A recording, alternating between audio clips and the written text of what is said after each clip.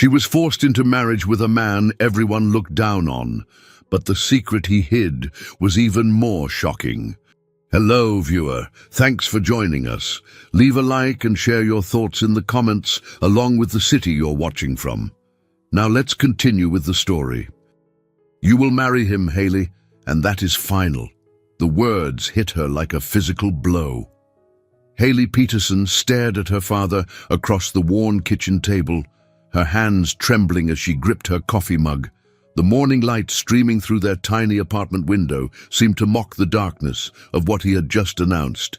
"Daddy, you cannot be serious." Her voice came out as barely a whisper. "You cannot just—" "I can and I will." Frank Peterson's weathered face was stone, but she caught the flicker of shame in his eyes before he looked away. "The debt is real, Haley. $25,000. Money I borrowed from Richard Caldwell to keep us afloat after your mother died. Money I cannot pay back." Haley set down her mug with shaking hands.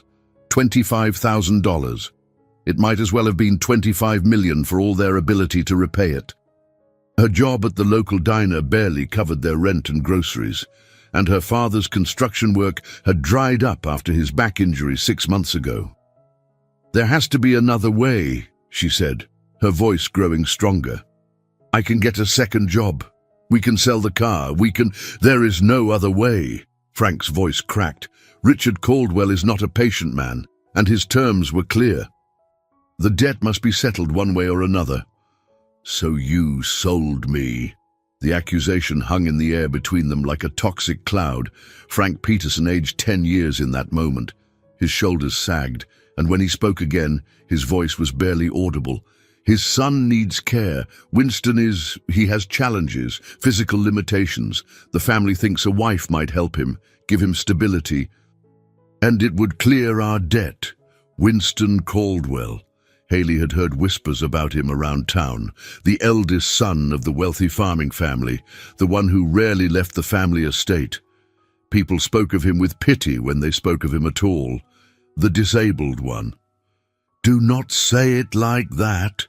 Frank's voice sharpened. "He is a human being, not a collection of limitations.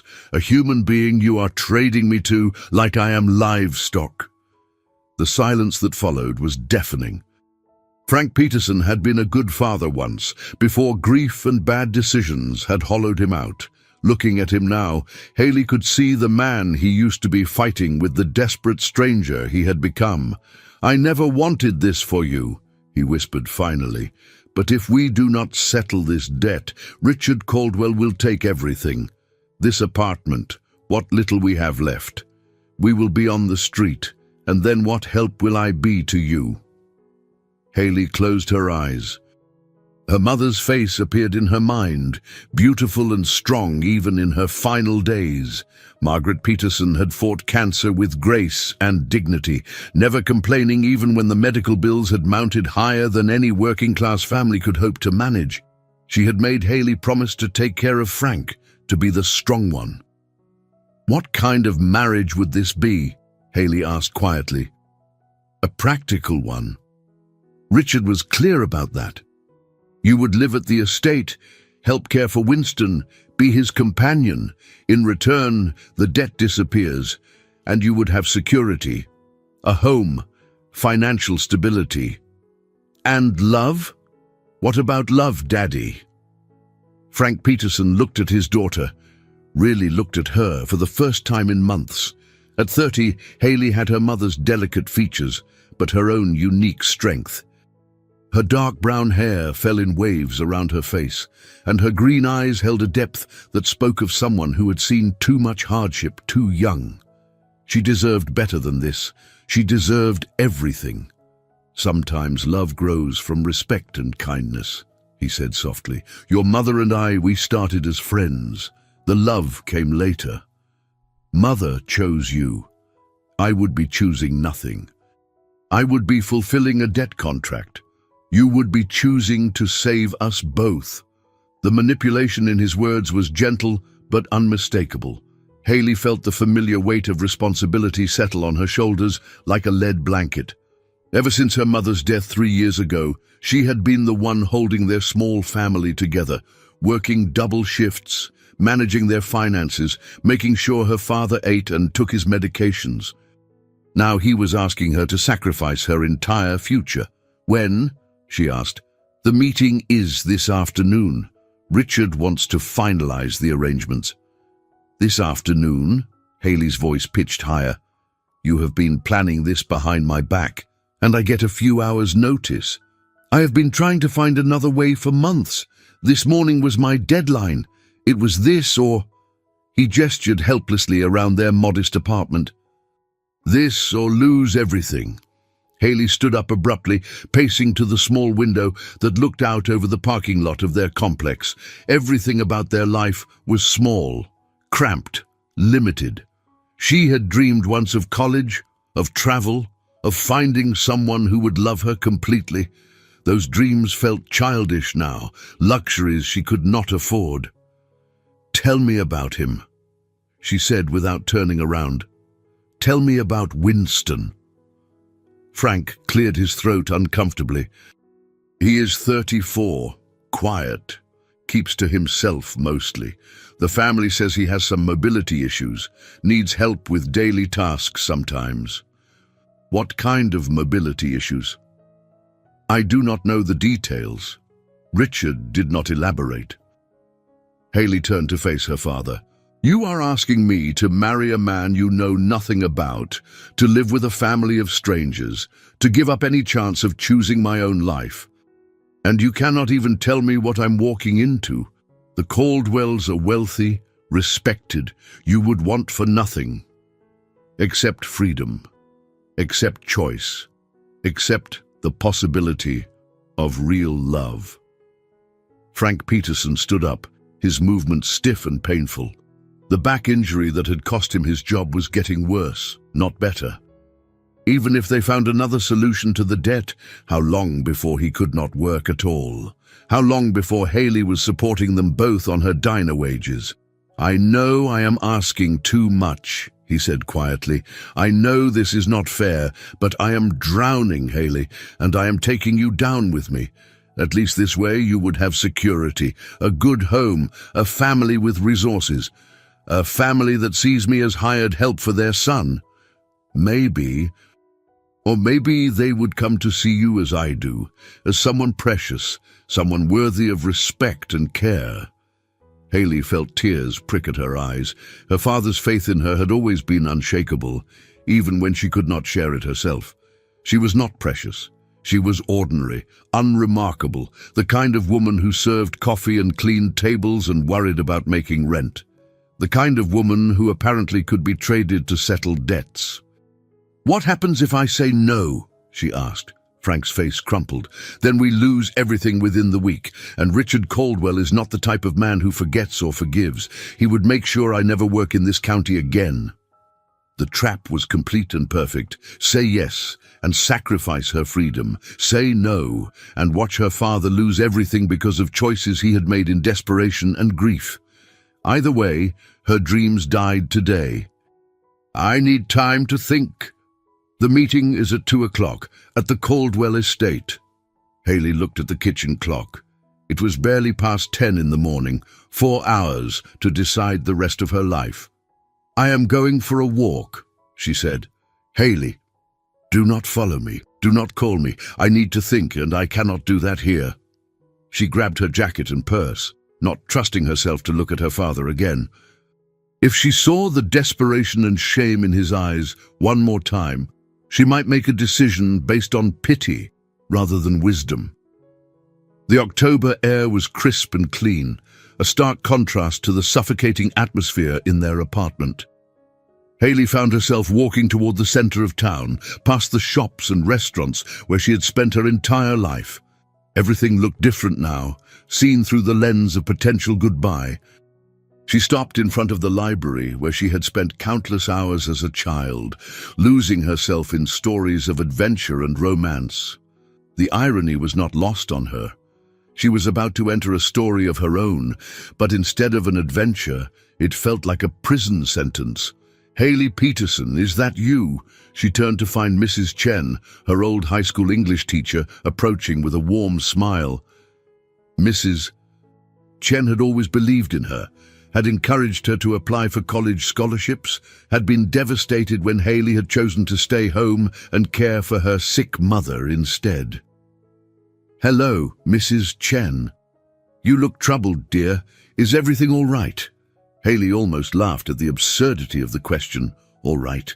She was about to be married off to a disabled stranger to pay her father's debts. Nothing would ever be all right again.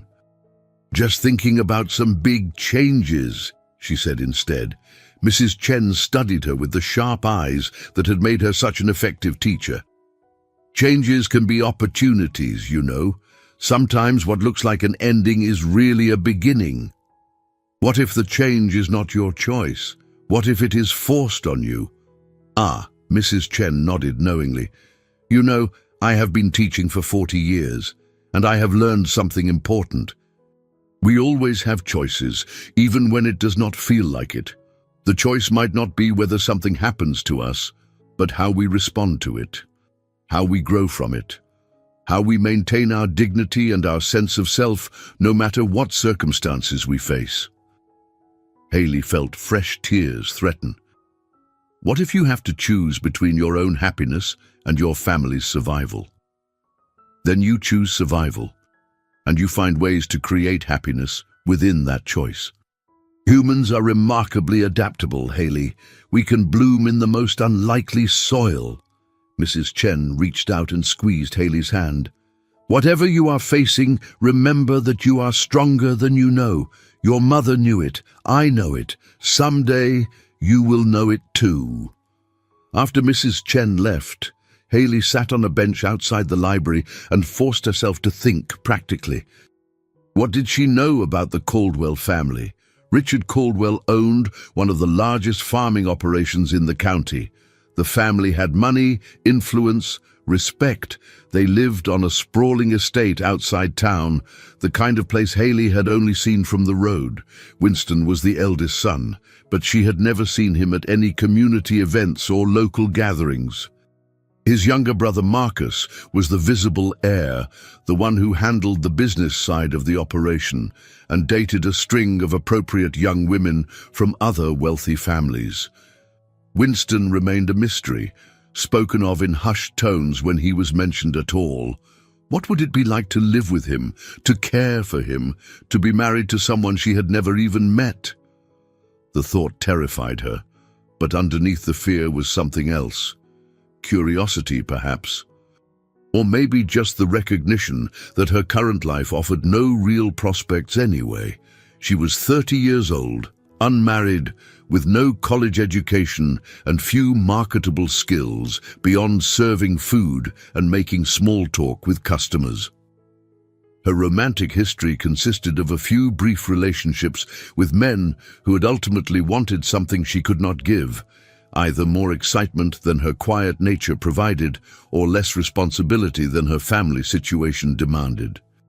At least Winston Caldwell would not expect her to be someone she was not. Their arrangement would be practical, clear-cut. She would provide companionship and care, and in return, she would have security and a home. It was not love, but it was honest. By the time she walked back to the apartment, her decision was made. Frank was waiting for her at the kitchen table, still in the same position she had left him hours earlier. He looked up when she entered, his face full of desperate hope. "I will do it," she said quietly. Relief and guilt warred across his features. "Haley, I have conditions." He nodded eagerly. "Anything. I want to meet him first. Before any agreements are signed, I want to sit down with Winston and talk to him. If he does not want this arrangement either, then we find another solution. Of course, that is completely reasonable. And I want the exact terms spelled out, what is expected of me, what my rights are, how the household will function. I will not walk into this blind. Richard will have documents prepared. Everything will be official and clear." Haley nodded. The businesslike nature of the discussion helped her maintain her composure. If she started thinking about it as her wedding, as her marriage, she would fall apart. "Then I suppose we should get ready for this meeting." Frank stood up and walked around the table to embrace her. She stiffened at first, then relaxed into his familiar warmth. Whatever his faults, whatever terrible decision had brought them to this point, he was still her father. He was still the man who had read her bedtime stories and taught her to ride a bike and held her when she cried after her mother's funeral. "I am so sorry," he whispered into her hair. "I am so very sorry. I know, Daddy, I know." 2 hours later, they were driving through the ornate gates of the Caldwell estate. Haley had changed into her best dress, a simple navy blue sheath that her mother had bought her for church, and pulled her hair back into a neat bun. She wanted to look respectable, competent. She wanted to show these people that whatever they thought they were getting, she was not some desperate charity case. The house was even more impressive up close than it had appeared from the road. It was a sprawling colonial mansion with white columns and perfectly manicured grounds. Expensive cars lined the circular driveway, and Haley could see horses grazing in distant pastures. This was a different world entirely from the cramped apartment where she had spent her entire adult life. Richard Caldwell met them at the front door. He was a tall, imposing man in his 60s, with silver hair and the kind of confidence that came from generational wealth. His handshake was firm, his smile polite but cold. "Frank, Miss Peterson, please, come in." The interior of the house was as impressive as the exterior. High ceilings, expensive furnishings, artwork that probably cost more than Haley made in a year. Everything was tasteful, traditional, designed to impress. She felt like an imposter walking through rooms that belonged in a magazine. Richard led them to what he called the study, a book-lined room with leather furniture and the lingering scent of tobacco. A woman was waiting for them, tall, elegant, with perfectly styled blonde hair and the kind of understated jewelry that screamed wealth. "This is my wife, Patricia," Richard said. "Patricia, Frank Peterson and his daughter Haley." Patricia Caldwell's smile was even colder than her husband's. Her eyes swept over Haley with obvious assessment, taking in her off-the-rack dress and department store shoes. The judgment was swift and unfavorable. "How lovely to meet you," Patricia said in a tone that suggested it was anything but lovely. "Where is Winston?" Haley asked, her voice steadier than she felt. "I was hoping to meet him before we discussed any arrangements." Richard and Patricia exchanged a look that seemed to communicate volumes. "Winston is resting," Patricia said smoothly. "He tires easily, you understand. We thought it would be better to handle the preliminary discussions first. I would prefer to meet my potential husband before those discussions," Haley said firmly. Frank shot her a warning look, but she ignored it. If she was going to do this, she was going to do it on her terms, not theirs. Richard's eyebrows rose slightly. "Of course. How reasonable of you. Patricia, would you ask Winston to join us?" Patricia's smile tightened, but she nodded and left the room. During the few minutes she was gone, Richard offered them drinks and made small talk about the weather and the farming season. Haley barely heard him. All her attention was focused on the door, waiting for her first glimpse of the man who might become her husband.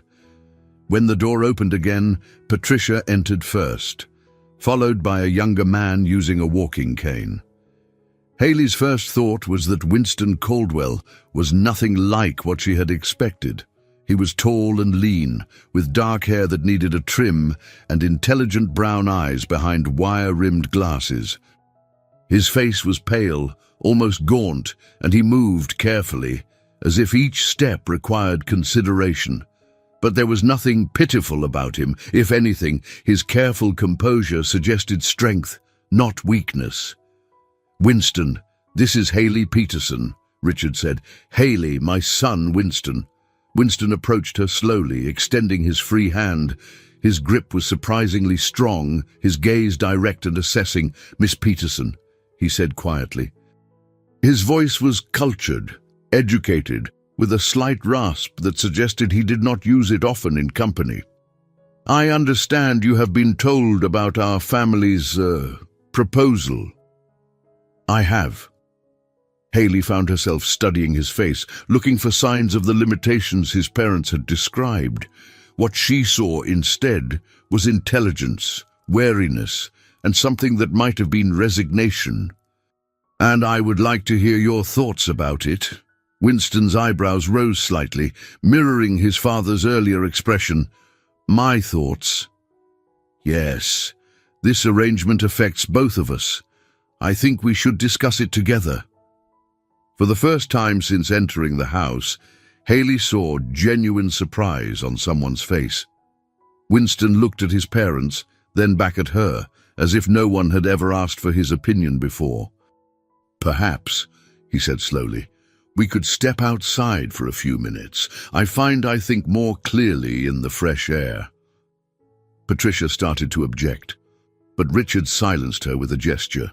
"Of course. Take all the time you need." Winston led her through French doors onto a stone terrace that overlooked the estate's gardens. The afternoon sun was warm despite the October chill, and the view was breathtaking. Rolling hills stretched to the horizon, dotted with barns and outbuildings and endless fields. "It is beautiful," Haley said softly. "Yes." Winston settled carefully into one of the wrought iron chairs that furnished the terrace. "I spend most of my time out here. The house can feel confining."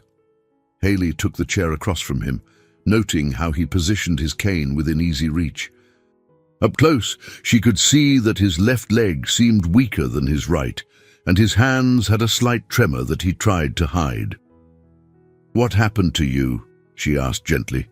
Winston's laugh was bitter. "Childhood illness. Rheumatic fever that damaged my heart and left me with some mobility issues. Nothing dramatic or romantic, I am afraid. Just bad luck and genetics." "It must be difficult." "The limitations are manageable. The assumptions people make about the limitations are more challenging." There was something in his tone that made Haley look at him more carefully. Intelligence radiated from him like heat, and she began to suspect that Winston Caldwell was far more capable than his family gave him credit for. "Tell me honestly," she said, "do you want this marriage?" Winston was quiet for a long moment, studying her face. "Do you?" "I asked first." "Fair enough." He adjusted his glasses, a gesture that seemed habitual when he was thinking, "I want independence. I want to be seen as something other than a burden or an object of pity. If marriage to you accomplishes that, then yes, I want it.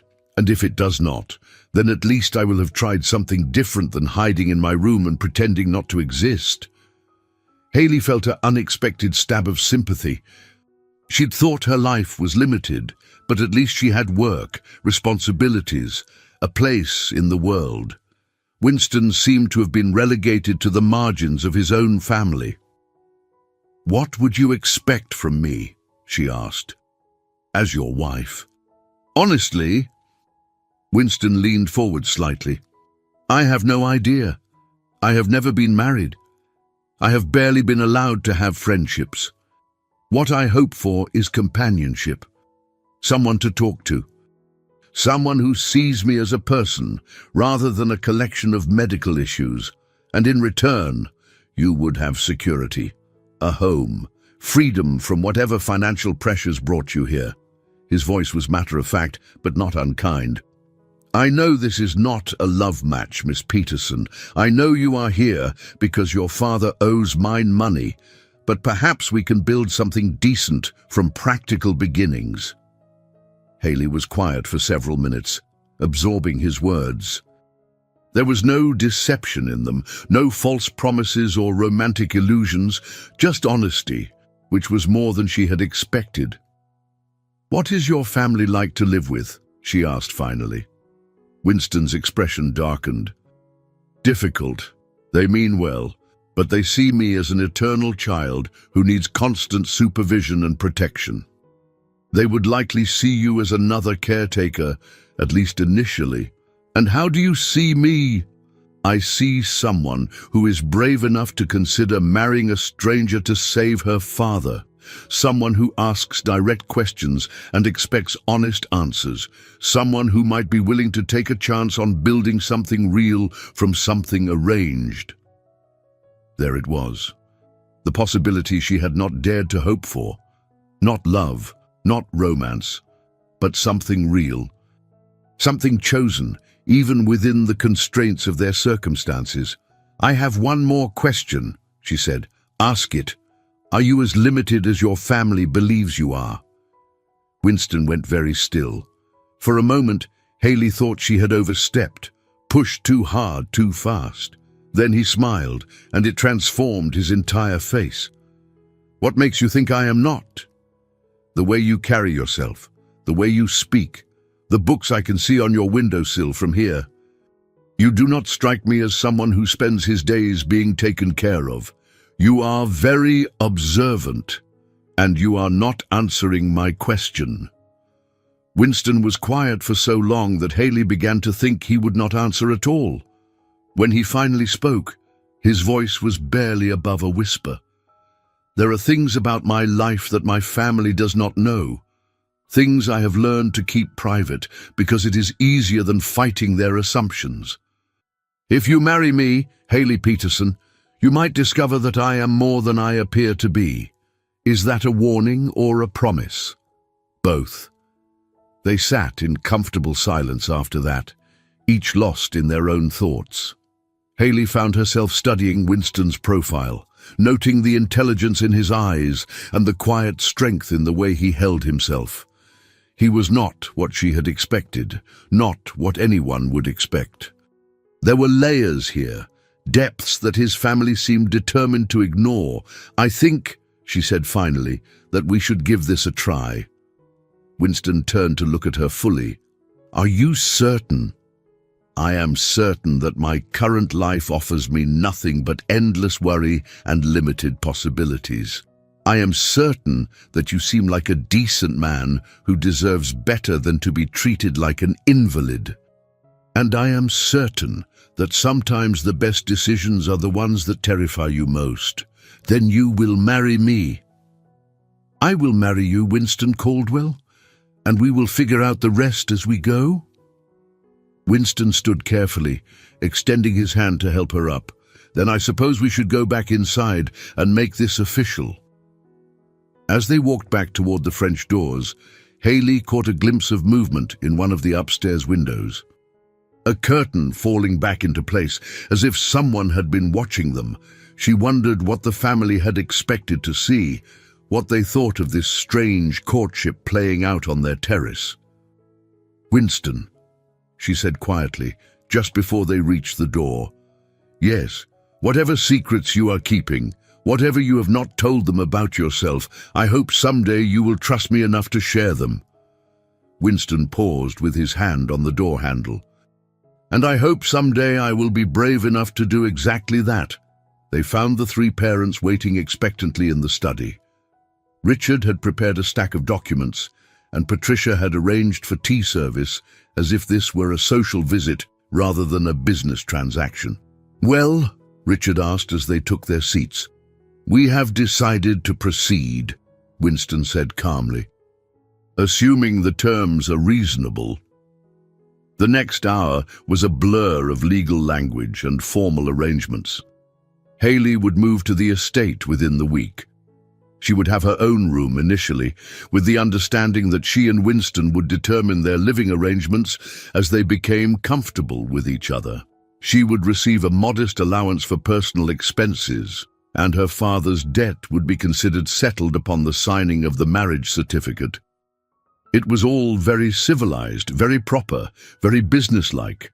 No one mentioned love or happiness or dreams. Those were luxuries that people like Haley could not afford. As they drove home in the gathering dusk, Frank Peterson finally broke the silence that had stretched between them since leaving the estate. Are you all right with this? Really? Haley considered the question. Was she all right with marrying a man she had known for less than an hour, with moving into a house where she would be seen as little more than a servant, with giving up any chance of finding real love? "I think Winston and I understand each other," she said finally. "We both know what this is and what it is not. There is something to be said for that kind of honesty." "He seems like a good man." "He does. Different than I expected." "Different how?" Haley thought about Winston's intelligent eyes, his careful questions, his hint that there were things about him his family did not know. "Stronger, I think. More aware. There are depths there that his family does not see." "That could be good or bad." "Yes," Haley agreed, "it could be." Back in her small apartment, Haley began the surreal process of preparing to leave the only life she had ever known. She had 5 days to pack her belongings, quit her job at the diner, and say goodbye to the few friends she had managed to maintain despite her responsibilities. The hardest part was calling her supervisor at the diner to explain that she would not be returning. How did you tell someone that you were getting married to solve a debt problem? How did you explain that you were about to become part of a family that clearly saw you as hired help? "I am getting married," she said simply. "Married?" Janet's voice was incredulous. "To who? You have not mentioned dating anyone." "It happened quickly. His name is Winston Caldwell." There was a pause. "Caldwell, as in the rich farming family?" "Yes."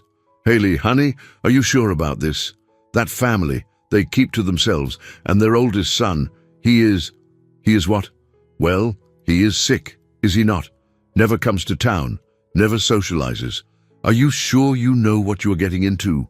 "I'm sure I know exactly what I'm getting into," Haley said firmly. "And I am sure it is the right decision." After she hung up, Haley sat in her bedroom and looked around at the life she was about to leave behind. Everything she owned fit into 3 suitcases and a few boxes, 30 years of living. And she had so little to show for it, but maybe that was not entirely true. She had her integrity, her determination, her ability to see beneath surface appearances. She had her mother's strength and her father's loyalty, even when that loyalty had led them both into impossible situations. And now she had Winston Caldwell, with his intelligent eyes and hidden depths and promise of something more than either of them appeared to be. It was not love, but it was possibility, and for someone who had lived her entire life within narrow constraints, possibility felt like freedom. On her last night in the apartment, Haley sat at the kitchen table where her father had delivered his devastating news just 5 days earlier. The wedding was scheduled for the following Saturday, a simple civil ceremony with minimal witnesses. Then she would move to the Caldwell estate and begin her new life as Winston's wife. "Are you ready for this?" Frank asked, settling into the chair across from her. "I do not think anyone can be ready for something like this. But I am prepared, and that will have to be enough. I never thought I would be the kind of father who arranged his daughter's marriage." "You are not that kind of father. You are the kind of father who made an impossible choice in an impossible situation. I understand the difference."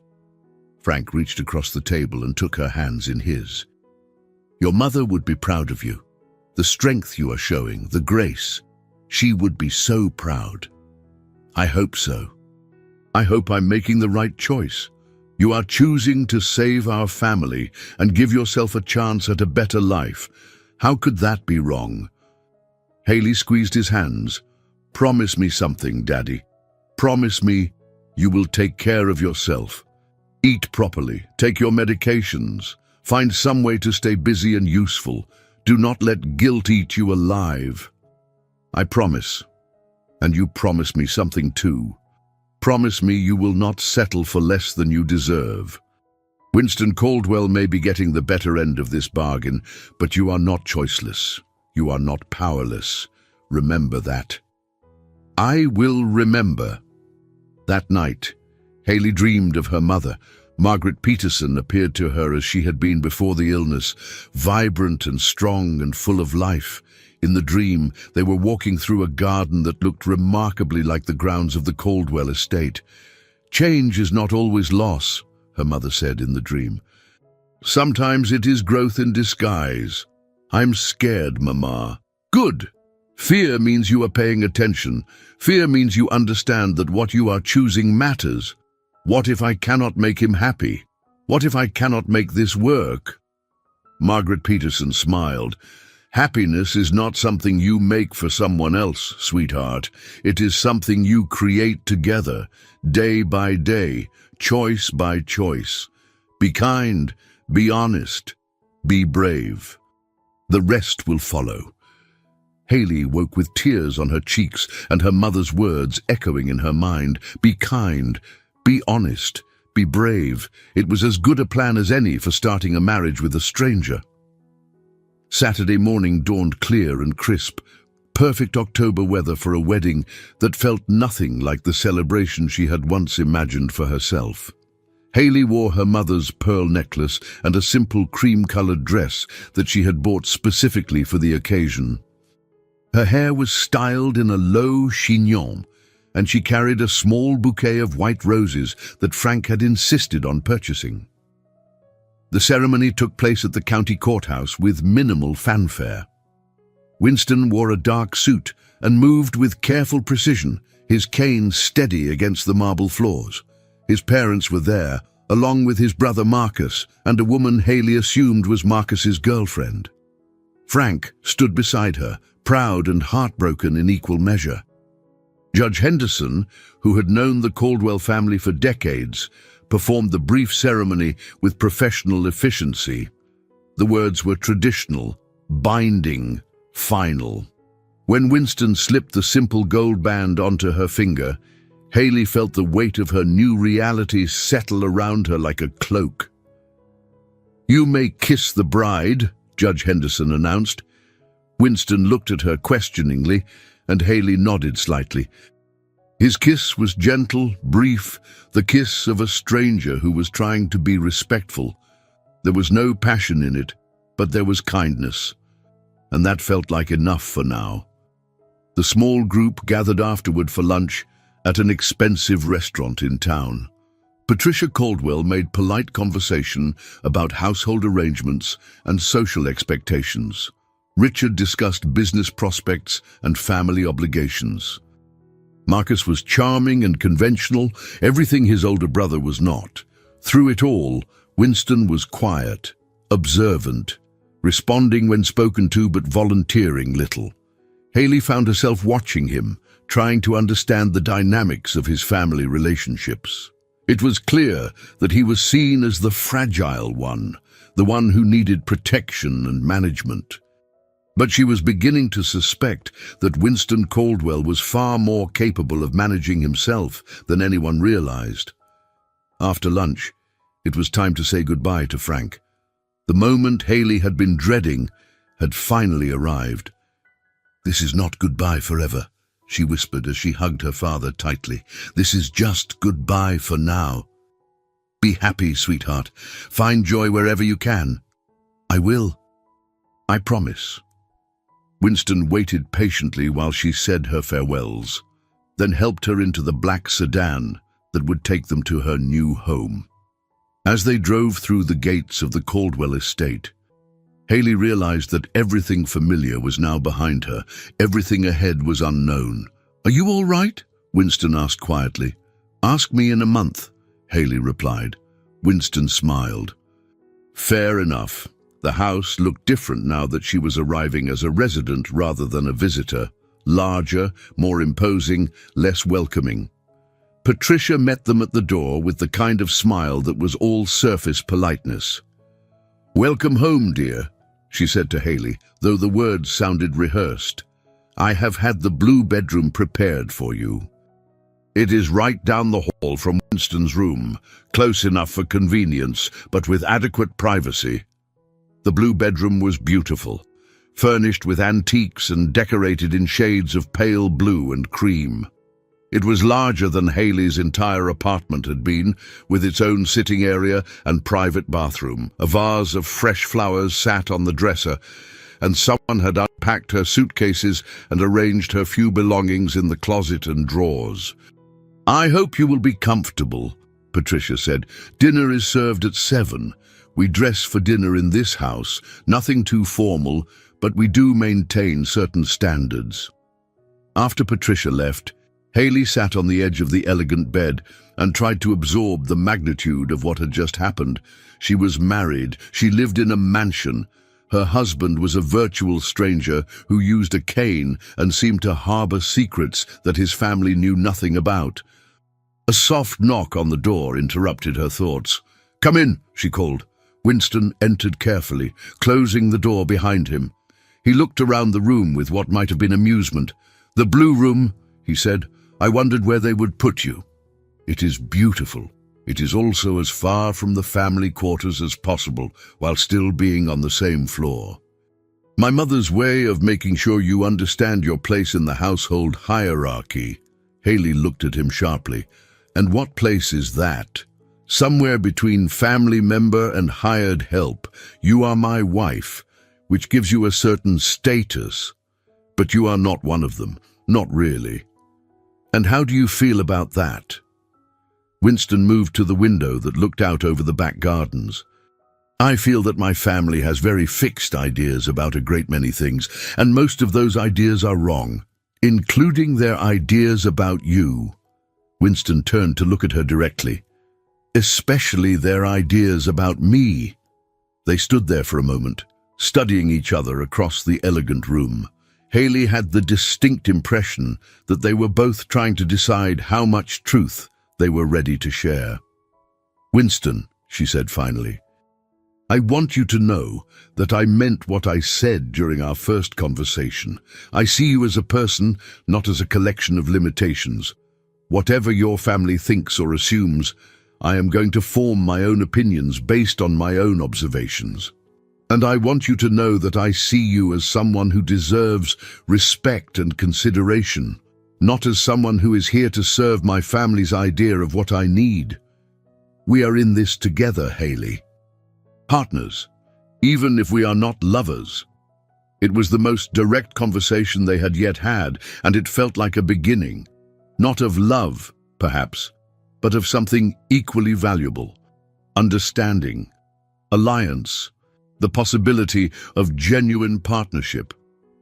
"I should let you rest and settle in," Winston said, "but I hope we can talk again soon, really talk.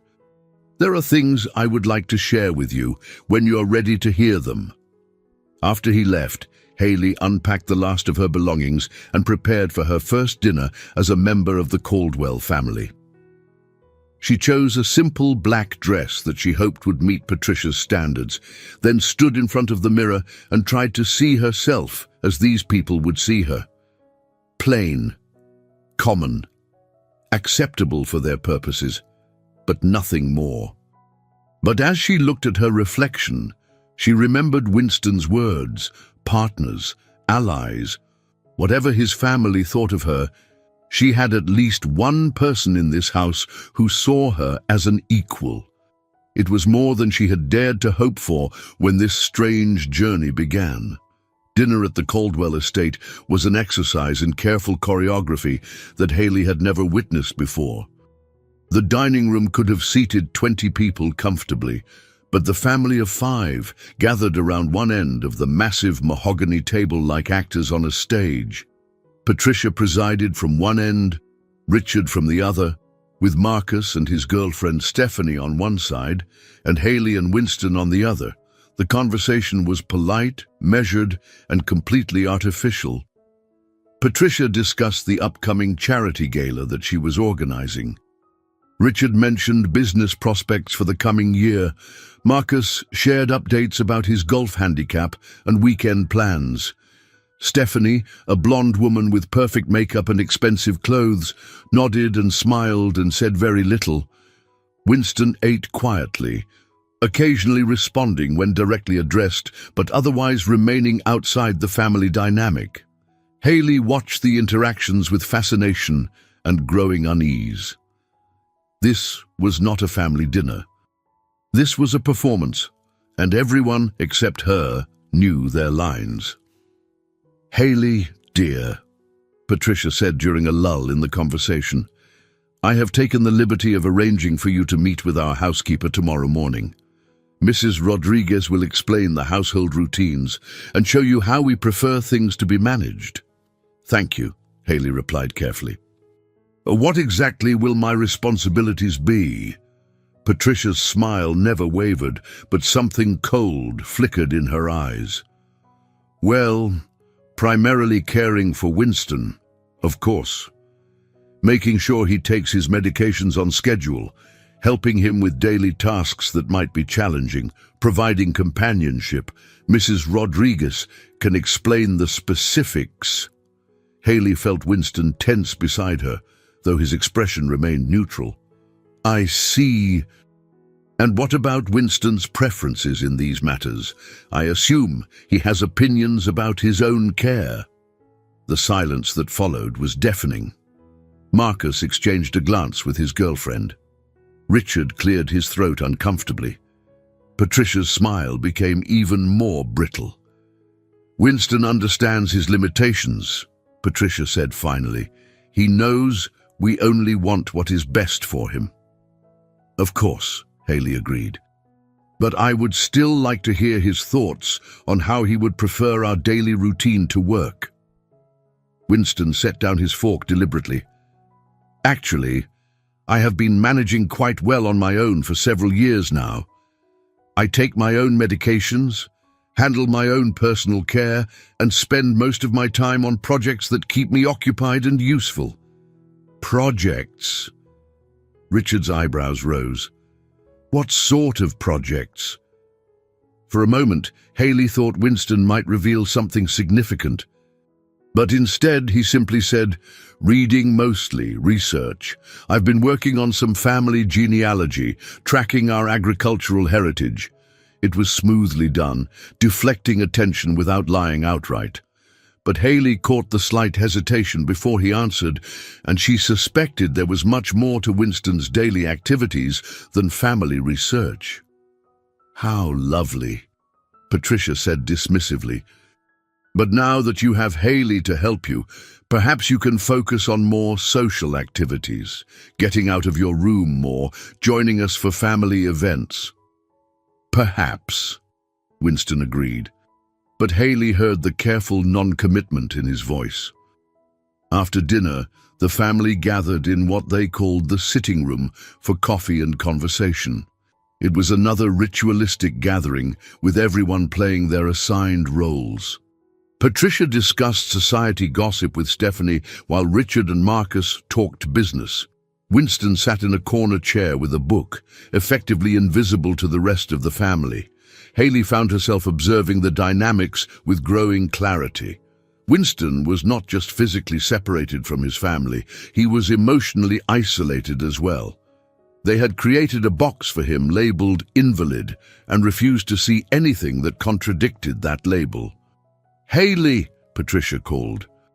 "Come sit with us. I want to hear about your background, your family." Haley joined the women on the elegant sofa, acutely aware that she was being evaluated. Patricia's questions were polite but probing, designed to establish exactly where Haley fit in the social hierarchy. "Your father works in construction?" Patricia asked, with the kind of carefully neutral tone that conveyed judgment without stating it directly. "He did. He has been dealing with some health issues recently." "I see. And your mother?" "She passed away 3 years ago. Cancer." "How tragic. She was young." 52. Patricia made appropriate, sympathetic noises, but Haley could see the mental calculations happening behind her eyes. Working-class family, father with health problems, mother dead of a disease that suggested inadequate medical care. Everything Patricia needed to know about Haley's place in the world. "And you worked as a waitress before marrying Winston?" "I worked at Miller's Diner, yes. I enjoyed it. I like people, and I am good at taking care of others." "How fortunate for Winston." Patricia said with a smile that did not reach her eyes. From across the room, Haley caught Winston watching the exchange with an expression she could not quite read. Not embarrassment, exactly. More like resignation, mixed with something that might have been anger. When the evening finally ended, Haley walked upstairs beside Winston, both of them moving slowly to accommodate his careful pace. The silence between them was comfortable rather than awkward, the silence of two people who understood that they had just survived something unpleasant together. "Your family is very—" Haley began, then stopped, unsure how to finish diplomatically. "Controlling, condescending, completely oblivious to anyone's needs but their own." Haley looked at him in surprise. It was the first time she had heard genuine irritation in his voice. "I was going to say formal," she said carefully. Winston laughed, a sound with no humor in it. "That is the polite word for it." "Yes." They had reached the door to her room. Winston paused, leaning slightly on his cane, and studied her face in the soft hallway lighting. "I want you to know that whatever my mother told you about my care, whatever responsibilities she outlined, you should ignore all of it. I have been taking care of myself for years, and I do not need or want a nursemaid." "Then what do you need?" Winston was quiet for so long that Haley thought he might not answer. When he finally spoke, his voice was barely above a whisper. "I need someone who sees me as I am, not as they want me to be. I need someone who understands that there is a difference between limitation and incapacity, and I need someone who can keep secrets." "What kind of secrets?" "The kind that would change everything if my family knew about them." Haley felt her pulse quicken. "Winston, what are you not telling them?" He reached out and touched her hand briefly, the contact warm and surprisingly steady. "Give me time, Haley. Trust me a little longer, and I promise I will show you exactly who I really am." After Winston left, Haley lay in her elegant new bed and stared at the ceiling, trying to process everything she had observed during her first evening as a member of the Caldwell family. The family dynamics were toxic, built on assumptions and control rather than love and respect. Winston was far more aware and capable than anyone acknowledged. And there were secrets, layers of deception that she was only beginning to glimpse. Her mother's voice echoed in her memory: "Be kind, be honest, be brave." Tomorrow, she would begin to discover just how brave she could be. Haley woke early, disoriented for a moment by the unfamiliar room and the quality of silence that surrounded her. At home, she had always awakened to traffic noise and the sounds of neighbors. Here, the silence was profound, broken only by the distant sound of birds and the whisper of wind through trees.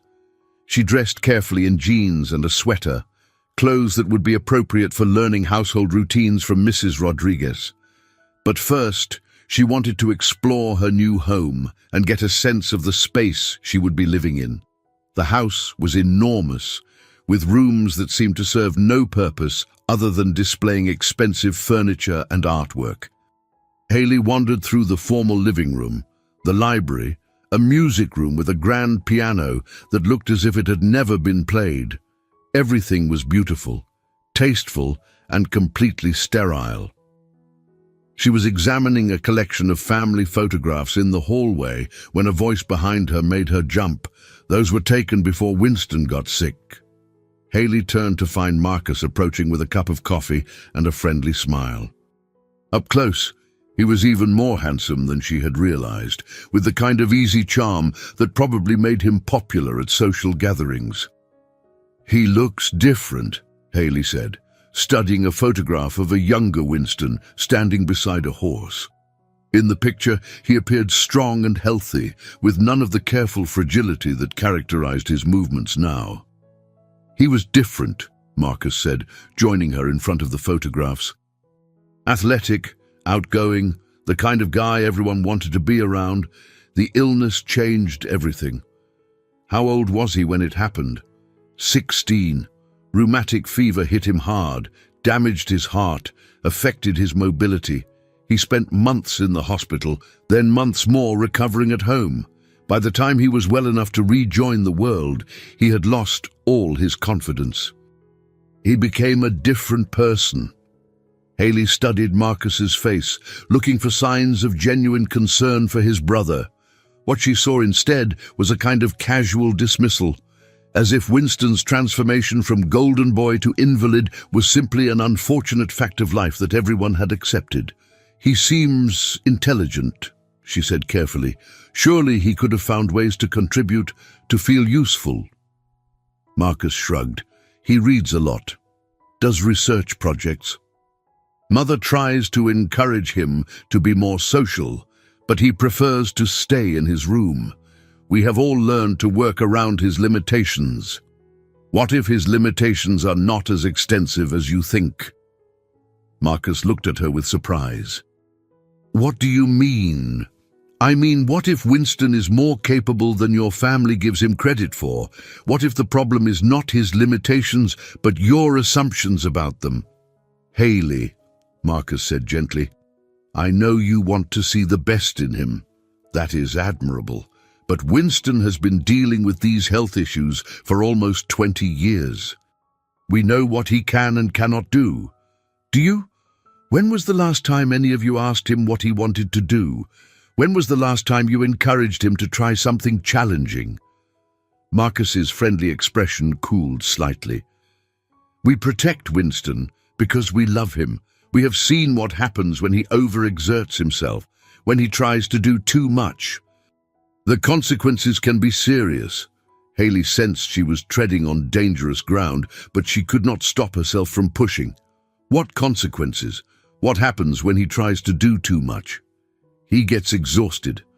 Sometimes his heart rhythm becomes irregular. There have been a few incidents over the years that scared us all badly." "Recent incidents?" Marcus hesitated. "Not recently, no. But the doctors were very clear about the long-term prognosis. Winston needs to avoid stress and physical exertion. He needs to accept his limitations and live within them." "What doctors? When was his last full evaluation?" "I do not know the details. Mother handles all his medical care." Haley felt a chill run down her spine. Patricia handled Winston's medical care. A grown man of 34 had his mother managing his health care. "Marcus," she said carefully, "does Winston have any say in his own medical decisions?" "Of course he does, but he trusts Mother to handle the details. It is easier for everyone that way." Before Haley could respond, Mrs. Rodriguez appeared in the hallway. She was a compact woman in her 50s, with graying hair and kind eyes that missed nothing. "Mrs. Caldwell, I am Maria Rodriguez. Mrs. Patricia said you wanted to discuss the household routines." "Yes, please, and call me Haley." Mrs. Rodriguez smiled. "Come, let us talk in the kitchen. I will make you some real coffee, not that weak stuff they serve in the dining room." As they walked toward the kitchen, Haley caught a glimpse of Winston through the window. He was sitting on the same terrace where they had first talked, a laptop computer open in front of him and papers scattered around his chair. She paused, studying the scene. Winston's posture was focused and alert, his fingers moving quickly over the keyboard. Whatever he was working on, it required concentration and skill. "He spends a lot of time out there," Mrs. Rodriguez said, following Haley's gaze. "What does he work on?" Mrs. Rodriguez glanced around carefully, then leaned closer. "Computer things, business things. He is very smart, that boy, much smarter than they give him credit for." "What kind of business things?" "I do not know exactly, but I see the mail that comes for him, the packages, financial documents, legal papers. He gets more mail than anyone else in the family." "Does Patricia know about this?" Mrs. Rodriguez's expression became carefully neutral. Mrs. Patricia sees what she wants to see. She has decided that Winston is a sick child who needs protecting, and nothing will change her mind. They spent the next hour in the kitchen while Mrs. Rodriguez explained the household routines. The Caldwells employed a small staff, Mrs. Rodriguez, who served as both housekeeper and cook, a part-time gardener, and a cleaning service that came twice a week. The family had specific preferences about everything from meal times to laundry schedules, to which rooms were used for which purposes. "And my responsibilities regarding Winston?" Haley asked. Mrs. Rodriguez was quiet for a moment, choosing her words carefully. "Mrs. Patricia will tell you that Winston needs constant supervision, that he cannot be trusted to take his medications properly, that he requires help with daily tasks, that he should not be left alone for extended periods." "And what do you think?" "I think Winston has been taking care of himself just fine for years. I think he's tired of being treated like an invalid, and I think you might be exactly what he needs to start fighting back." "Fighting back against what?" "Against a family that has decided who he is supposed to be and refuses to see who he actually is." After her conversation with Mrs. Rodriguez, Haley found herself walking through the house with new eyes. She noticed details she had missed before. The way Winston's room was positioned at the end of a long hallway, isolated from the rest of the family quarters. The fact that there were no recent photographs of him anywhere in the public spaces. The way the family spoke about him as if he were not present, even when he was sitting right there. She was examining the contents of the library when Winston appeared in the doorway. "Finding everything you need?" he asked. "Your family has an impressive book collection. Most of it belonged to my grandfather. He was the reader in the family." Winston moved into the room, running his fingers along the spines of leather-bound volumes. "I have added a few selections over the years, but they tend to get lost among the classics. Which ones are yours?" Winston showed her a section of newer books, contemporary fiction, biographies, books on business and technology, several volumes on computer programming and web development. It was an eclectic collection that suggested wide-ranging interests and a mind that was anything but limited. "Interesting choices," Haley said, pulling out a book on digital marketing. "I like to stay current with trends in business and technology. It helps me understand how the world is changing." "For your genealogy research?" Winston smiled. "Among other things." Haley replaced the book and turned to face him directly. "Winston, can I ask you something?" "Of course." "This morning I saw you working on the terrace with a laptop. Mrs. Rodriguez mentioned that you receive a lot of business mail. Marcus told me that your family handles all your medical decisions. Your mother wants me to supervise your medication schedule. None of this adds up to the picture of someone who spends his days reading and doing genealogy research." Winston was very still, studying her case with those intelligent brown eyes. She could almost see him making calculations, deciding how much truth he was ready to share. "What do you think is really going on?" he asked finally. "I think you are far more independent and capable than your family believes. I think they have created a version of you that fits their need to see you as helpless, and you have allowed them to maintain that illusion for reasons I do not understand yet." "And what would you do with that information if it were true?" "I would ask you why. Why allow them to treat you like an invalid if you are not one? Why accept their control over your life if you are capable of managing it yourself?" Winston moved to one of the library's tall windows, looking out over the estate grounds. When he spoke, his voice was quiet but intense. "Have you ever been trapped in other people's expectations, Haley? Have you ever found that it was easier to play the role they assigned you than to fight for the right to define yourself?" Haley thought about her own life, about years of being seen as the responsible daughter, the dutiful caretaker, the woman whose dreams mattered less than everyone else's needs. Yes, she said softly. I have. Then you understand why someone might choose the path of least resistance, even when that path leads nowhere. But you are not on a path that leads nowhere. You are doing something, building something. The laptop, the business mail, the fact that Mrs. Rodriguez sees financial documents and legal papers. You've been creating a life that your family knows nothing about. Winston turned from the window to look at her directly.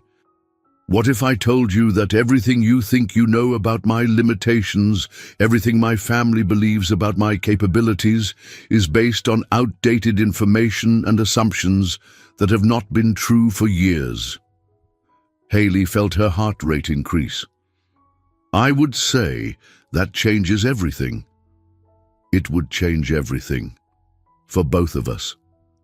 Then why have you not told them? Winston laughed, but there was no humor in the sound. Because they do not want to know. Because admitting that I am capable of independence would mean admitting that they have wasted years treating me like a child. Because the family dynamic works better with me in the role of the damaged son who needs their protection. That is horrible. That is reality. My family needs me to be helpless so they can feel necessary. They need me to be grateful so they can feel generous. They need me to be limited so they can feel superior. Haley absorbed his words, feeling anger build in her chest. What about what you need? What I need, Winston said quietly, is someone who sees me as I actually am. Someone who understands that I have been building a life they know nothing about, creating possibilities they cannot imagine. What kind of possibilities? Winston studied her face for a long moment, then seemed to come to a decision. Meet me on the terrace after dinner tonight. And Haley, do not mention this conversation to anyone else in the family. Not yet. Why not? Because what I'm about to show you will change everything, and once it is changed, there will be no going back. The rest of the day passed slowly. Haley tried to focus on learning the household routines and settling into her new environment, but her mind kept returning to Winston's words. What was he hiding? What had he built that his family knew nothing about? And why was he finally ready to share his secrets with her? Dinner was another formal affair, with the same careful conversations and polite distance. But now, Haley watched the family interactions with new understanding. She saw how they talked around Winston rather than to him, how they made decisions about his life without consulting him, how they maintained the fiction that they were protecting him when they were actually controlling him. When Patricia mentioned that she had scheduled a doctor's appointment for Winston the following week, Haley watched his reaction carefully. His expression remained neutral, but she caught the slight tightening around his eyes that suggested frustration or anger. What is the appointment for? Haley asked. Just a routine checkup, Patricia replied smoothly. We like to monitor his condition regularly, make sure his medications are still appropriate. I see. And Winston, how do you feel about that? The question seemed to surprise everyone at the table. Patricia's fork paused halfway to her mouth. Richard looked up from his plate with raised eyebrows. Marcus and Stephanie exchanged glances. I think regular medical care is important, Winston said carefully. Of course it is. But I was wondering about your own assessment of how you have been feeling lately, whether you think any adjustments to your treatment might be helpful. Another moment of silence around the table. Haley realized she had violated some unspoken rule by asking Winston to voice an opinion about his own health care. Winston's medical needs are quite complex, Patricia said finally. Dr. Harrison has been treating him for years and understands his case thoroughly. I'm sure he does, but Winston is the one living in his body every day. His perspective must be valuable. Winston tends to minimize his symptoms, Richard added. He has always been reluctant to admit when he is struggling. That is why we prefer to rely on professional medical judgment rather than his own assessment. Haley looked at Winston, who was cutting his food with careful precision and avoiding eye contact with anyone at the table. She saw a man who had learned to hide his thoughts and feelings, who had been systematically excluded from decisions about his own life.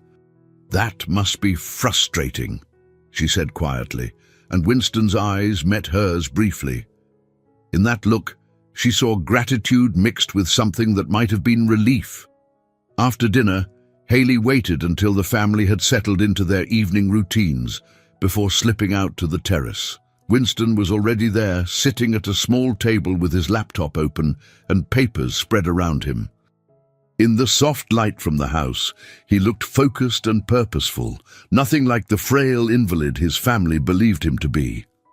"Thank you for coming," he said as she approached. "Thank you for trusting me enough to invite me." Winston gestured to the chair across from him. "Sit down, Haley. There are some things I need to show you." She settled into the chair and looked at the documents scattered across the table. Even upside down, she could see letterheads from banks, investment firms, legal offices, official-looking papers with signatures and seals. "For the past 8 years," Winston said quietly, "I have been running a series of online businesses, web development, digital marketing consultation, investment management for small business clients. I started with nothing but time and a computer, and I have built it into something significant." Haley stared at him. "Online businesses. The beauty of the internet is that no one cares about your physical limitations if you can deliver results. I can work from anywhere, at any pace, without anyone knowing or caring about my health issues." Winston turned the laptop toward her. "This is my primary business website." Haley looked at the screen and felt her world shift. The website was professional, sophisticated, clearly the work of someone with extensive technical knowledge and business acumen. Testimonials from satisfied clients praised Winston's expertise and innovation. Contact information listed only an email address and phone number, no indication that the business was run by someone his family considered barely capable of managing his own daily routine. "Winston," she breathed, "this is incredible. It gets better."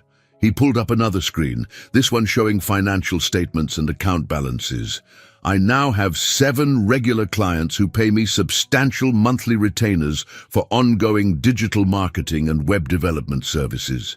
I manage investment portfolios for 12 small business owners, and I have been developing a software application that I plan to license to other marketing firms." The numbers on the screen were staggering. Winston was not just earning a modest income from his computer work, he was building wealth that rivaled what the family farm generated. "How is this possible?" Haley asked. "How have you kept this hidden from them?" "It is easier than you might think. They assume that because I spend time on my computer, I am reading or playing games or doing harmless research. They have never asked to see what I am actually working on, and I have never volunteered the information. All my business correspondence goes to a post office box in town. All my phone calls happen when they are not around. My bank accounts are at a different institution than the family uses." "But Winston, this changes everything. You are not dependent on them at all. You could leave, live independently, make your own decisions about your health care."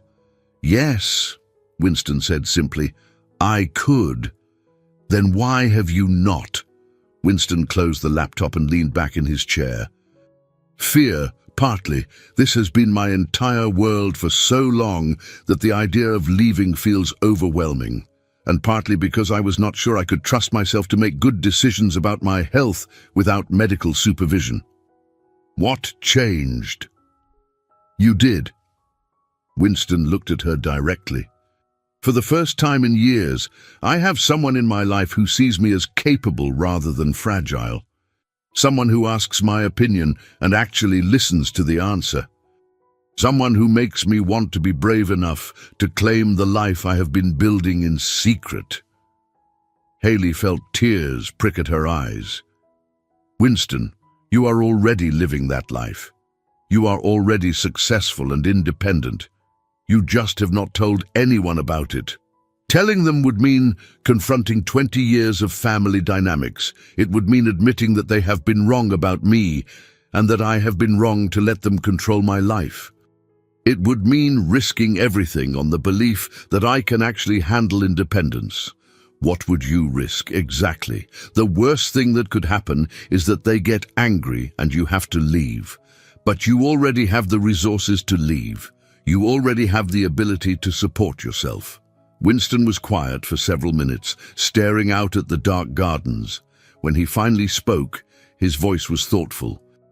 I suppose what I would really be risking is the fantasy that someday they will see me as I am without me having to force the issue. The hope that someday they will respect my capabilities without me having to prove them. That hope is never going to be realized, Winston.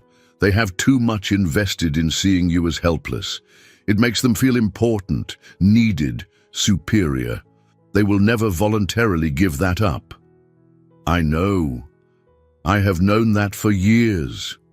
But it was easier to live with the fantasy than to face the confrontation. Haley reached across the table and touched his hand. You do not have to face it alone anymore. We are partners, remember? Whatever you decide to do, we can do it together. Winston turned his hand palm up and squeezed her fingers gently. What are you saying? I am saying that if you are ready to stop hiding who you really are, I am ready to support you. If you want to confront your family with the truth about your capabilities, I will stand with you. If you want to establish your independence, I will help you do it. Even though it would mean upending the life you just started here. Winston, the life I started here is based on lies. Your family brought me here to be your caretaker because they believe you need taking care of. But you do not need a caretaker. You need a partner. Someone who sees your worth and helps you claim the respect you deserve. And if they react badly, if they try to cut me off from the family entirely. Haley looked around at the estate, at the evidence of wealth and privilege that surrounded them. Then she looked back at Winston, at the intelligence and determination in his eyes. Then we will build our own family. We will create our own traditions. We will make our own success story. Winston stared at her for a long moment, and she saw something shift in his expression. The careful control he had maintained for so long began to crack, revealing vulnerability and hope, and something that might have been love. Haley Peterson Caldwell, he said softly, I think you might be the bravest person I have ever met. We will see about that tomorrow, she replied.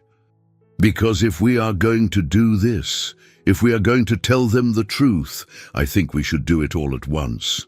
No more secrets, no more pretending, just honesty, consequences and all. All at once? I think you should show them exactly who you are and what you have accomplished. I think you should tell them that you do not need their protection or their control. And I think we should make it clear that our marriage is going to be a partnership between equals, not a caregiving arrangement. Winston was quiet for so long that Haley began to worry she had pushed too hard, suggested changes too dramatic for him to contemplate. Finally, he spoke. There is something else you should know before you commit to this course of action. What? The money I have earned, the success I have built, it is substantial enough that I could buy out the family farm if I wanted to. I could purchase my independence outright, or I could use it as leverage to change the power dynamic permanently. Haley felt her breath catch. How substantial? Winston showed her another screen on his laptop, this one displaying investment accounts and business valuations that made her head spin. Winston Caldwell was not just financially independent, he was wealthy in his own right, potentially wealthier than the rest of his family combined. Oh my God, she whispered, so when I tell them the truth, when I reveal what I have been building all these years, the shock will be considerable. Everything they think they know about our family finances, about power and control and dependence, will be turned upside down. How do you think they will react? I have no idea. But I know that once I show them this, once they understand that I have not only been taking care of myself, but actually building wealth while they thought I was reading genealogy books, nothing will ever be the same. Haley looked at the financial statements, at the evidence of Winston's intelligence and capability and success, then looked at the man who had been hiding all of this from his own family for years. "Are you ready for nothing to ever be the same?" she asked.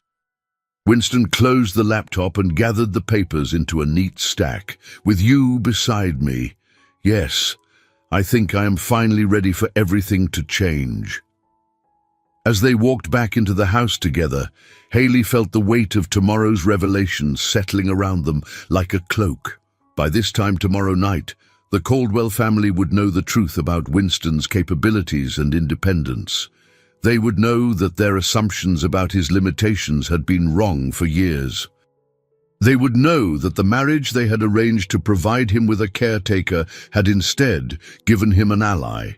And Haley would know whether the man she had married was brave enough to claim the life he deserved, or whether the fear and family pressure would prove stronger than his desire for independence. Either way, the pretending was about to end. The next morning dawned grey and cold, matching the tension that had settled over Haley like a heavy blanket. She had barely slept, her mind churning with anticipation and anxiety about what the day would bring. By the time she made her way downstairs, the household was already stirring with its usual morning routines. Mrs. Rodriguez was in the kitchen preparing breakfast, and she looked up with knowing eyes when Haley entered. "You look like someone who did not sleep well," the housekeeper observed. "I had a lot on my mind." Mrs. Rodriguez glanced around to make sure they were alone, then moved closer. "Whatever you and Winston are planning, be careful. This family does not like surprises, and they especially do not like being proven wrong." "What makes you think we are planning anything?" "Because I saw you two talking on the terrace last night for a long time. Because Winston has been different since you arrived, more confident, more awake. And because I have been watching him hide his real life from them for years, and I think maybe he is finally ready to stop hiding." Haley studied the older woman's face. "You know about his businesses?" "I know he is not the helpless boy they think he is. I know he gets more important mail than the rest of them combined. I know he spends hours working on that computer, and it is not genealogy research." Mrs. Rodriguez smiled. "I also know he needed someone like you to help him find the courage to tell them the truth. Are we making the right choice, forcing this confrontation?" "Mia, sometimes the truth hurts before it heals, but lies always hurt more in the end." Winston appeared in the kitchen doorway, dressed more formally than usual in dress pants and a button-down shirt. He moved with purpose rather than his usual careful fragility, and Haley could see the difference immediately. "Good morning," he said, his voice steady and clear. "I hope you are both ready for an interesting day." Mrs. Rodriguez looked between them with something that might have been pride. "I will make sure you have a good breakfast. You are going to need your strength." An hour later, Winston asked his family to gather in his father's study for what he called an important family discussion. The request itself was unusual enough to raise eyebrows. Winston never initiated family meetings or asked for everyone's attention. Patricia arrived looking mildly annoyed at having her morning schedule disrupted. Richard seemed curious, but impatient. Marcus brought Stephanie, apparently unwilling to miss whatever drama was about to unfold. "This is quite unusual, Winston," Patricia said as she settled into her preferred chair. "What could be so urgent that it could not wait for a more appropriate time?" Winston stood beside the large desk. his cane resting against the chair behind him, but not being used for support. Haley noticed that his posture was straighter than she had ever seen it, his movements more confident. "I have something important to tell all of you," Winston began. "Something that will change how you understand my life and my capabilities." "Oh dear," Patricia sighed. "You have not been overexerting yourself again, have you? Dr. Harrison was very clear about the importance of managing your energy levels. This is not about my health, Mother. This is about my work." Richard frowned. "Your work? You mean your genealogy research?" "No, Father. I mean my businesses." The silence that followed was complete. Haley could hear the tick of the grandfather clock in the corner, the distant sound of gardening equipment outside. Everyone in the room was staring at Winston as if he had just announced he could fly. "Businesses?" Marcus said finally. "What businesses?" Winston moved to his laptop, which he had set up on the desk earlier that morning. "For the past 8 years, I have been running a series of online companies, web development, digital marketing consultation, and investment management. I have built these businesses from nothing into substantial enterprises that generate significant revenue." "That is ridiculous," Patricia said immediately. "Winston, you barely leave your room.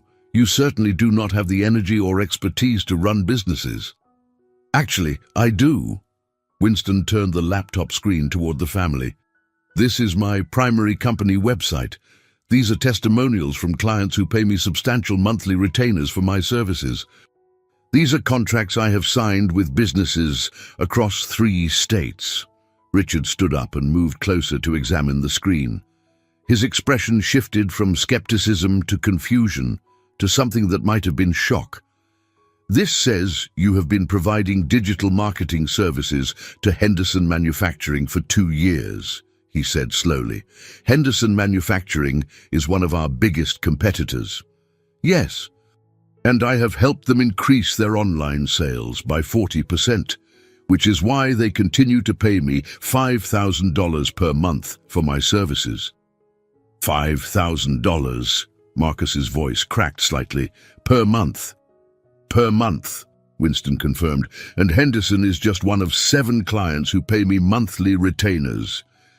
I also manage investment portfolios for 12 small business owners, and I am developing software that I plan to license to other marketing firms." Patricia stood up so quickly that her coffee cup rattled against its saucer. "This is absurd. Winston, you are not well enough to handle that kind of responsibility. Your heart condition, your mobility issues, are not nearly as limiting as you have convinced yourselves they are." Winston's voice remained calm, but Haley could hear steel beneath the surface. "I take medication to manage my heart rhythm, and I move more slowly than most people. But my mind is perfectly clear, my hands are steady enough to work on a computer for hours at a time, and I have built a business portfolio that would impress anyone in this room if you were willing to look at it objectively." Richard was still staring at the laptop screen, scrolling through client testimonials and financial projections. "These numbers. Winston, this says you generated over $200,000 in revenue last year." "That is correct." $200,000, Patricia repeated weakly. "That cannot be right." Winston opened another file on his computer. "These are my tax returns for the past 3 years. I have been paying taxes on my business income, contributing to retirement accounts and building investment portfolios. I am not just earning money, I am building wealth." Stephanie, who had been silent through the entire exchange, suddenly spoke up. "Wait, if this is true, if Winston has been earning this kind of money for years, then why has he been living here like an invalid?" Winston finished. "Like someone who needs constant supervision and care? That is an excellent question." Marcus sank into a chair, his face pale. "You have been pretending to be helpless while secretly running businesses worth hundreds of thousands of dollars." I have been living the life you assigned to me while building the life I actually wanted in private. There is a difference. Why? Patricia's voice was barely a whisper. Why would you deceive us like this? Because you made it clear that you were not interested in the truth about my capabilities. Because every time I tried to show you that I was stronger or more capable than you believed, you explained to me why I was wrong. Because it was easier to let you believe what you wanted to believe than to fight for the right to define myself.